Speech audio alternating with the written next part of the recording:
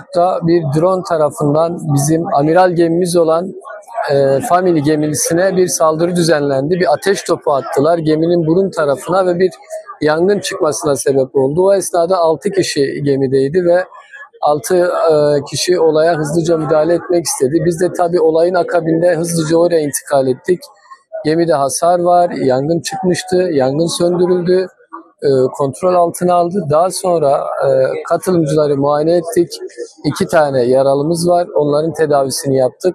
Şu an takip ediyoruz. Bu saldırının, bu filonun yola çıkmasını engellemek için yapıldığına inanıyoruz. İsrail'in gözdağı vermek ve aktivistleri korkutmak istediğini biliyoruz. Ama bugün hem burada bu saatte bu kadar insanın burada olması ve herkesin görevin başında olması 7/24 bu filonun yola çıkabilmesi için çalışması şunu gösteriyor.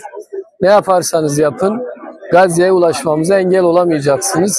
Bu bizim kararlılığımızı, mücadelemizi etkilemeyecek. O yüzden bir kez daha diyoruz, dünyayı da İsrail saldırganlığına karşı bizleri korumak için göreve davet ediyoruz. Tüm ülkeleri de Birleşmiş Milletleri derhal toplantıya çağırmaya ve filo gündemiyle ayağa çağırmaya davet ediyoruz.